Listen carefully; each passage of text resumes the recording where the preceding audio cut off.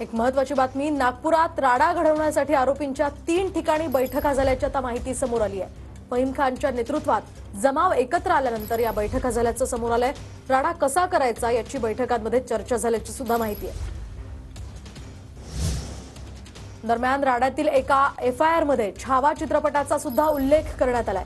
वादग्रस्त social media पोस्टवरून दाखल असलेल्या या गुन्ह्यात एक महत्त्वाची बातमी, नागपुरात राडा घडवण्यासाठी आरोपींच्या 3 ठिकाणी बैठका झाल्याची आता माहिती समोर आली आहे। फहीम खानच्या नेतृत्वात जमाव एकत्र आल्यानंतर या बैठका झाल्याचं समोर आलंय।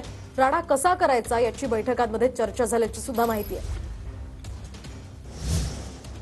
दरम्यान राड्यातील एका एफआयआर मध्ये छावा चित्रपटाचा सुद्धा उल्लेख करण्यात आलाय।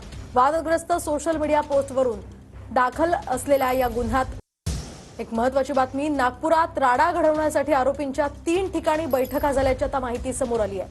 फहीम खानच्या नेतृत्वात जमाव एकत्र आल्यानंतर या बैठका झाल्याचं समोर आलंय। राडा कसा करायचा याची बैठकांमध्ये चर्चा झाल्याची सुद्धा माहिती आहे। दरम्यान राड्यातील एका एफआयआर मध्ये छावा चित्रपटाचा सुद्धा उल्लेख करण्यात आलाय।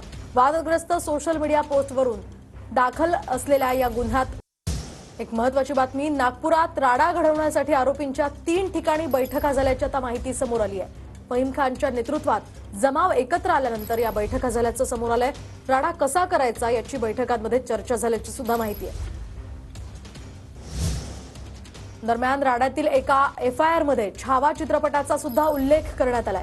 वादग्रस्त सोशल मीडिया पोस्टवरून दाखल असलेल्या या गुन्ह्यात एक महत्त्वाची बातमी, नागपुरात राडा घडवण्यासाठी आरोपींच्या 3 ठिकाणी बैठका झाल्याची आता माहिती समोर आली आहे। फहीम खानच्या नेतृत्वात जमाव एकत्र आल्यानंतर या बैठका झाल्याचं समोर आलंय। राडा कसा करायचा याची बैठकांमध्ये चर्चा झाल्याची सुद्धा माहिती आहे। दरम्यान राड्यातील एका एफआयआर मध्ये छावा चित्रपटाचा सुद्धा उल्लेख करण्यात आलाय। वादग्रस्त सोशल मीडिया पोस्टवरून दाखल असलेल्या या गुन्ह्यात उल्लेख असल्याचं कळत आहे। दरम्यान दंगल सदृश्य परिस्थितीला छावा सिनेमा जबाबदार असल्याचा एका पोस्टमध्ये उल्लेख आहे।